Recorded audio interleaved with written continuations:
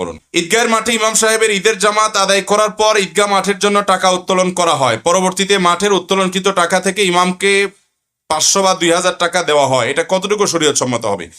ঈদের মাঠে একটা ন্যাক্কারজনক কাজ হয় সারা বাংলাদেশে, সেটা হলো ঈদগাহে ঈদের নামাজের পর টাকা কালেকশন হয়। সে টাকা কালেকশনের মধ্যে অনেক সময় দেখা যায় দুইটা রুমাল নেয়, একটা হলো মসজিদের জন্য, ঈদগাহের জন্য, আর একটা হলো হুজুরদের জন্য।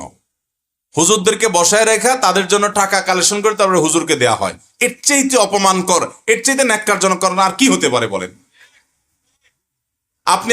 আপনি মসজিদের উন্নয়নের জন্য টাকা উত্তোলন করবেন, মসজিদের জন্য সাধারণ দানে টাকা নেবেন, জেনারেল ফান্ডের টাকা যে মসজিদের জন্য দেন, ঈদগাহের জন্য দেন, সেটার অংশ হিসেবে ইমাম সাহেবের দিতে পারেন, জায়েজ আছে, কোনো অসুবিধা নেই। কারণ মসজিদের সাধারণ অন্য 10টা খরচের মতো ইমাম মুয়াজ্জিনের বেতন যাবে, হুজুরদের জন্য আলাদা তাদেরকে বসায় রেখা রেখা টাকা তুলবেন, এটা অপমানকর।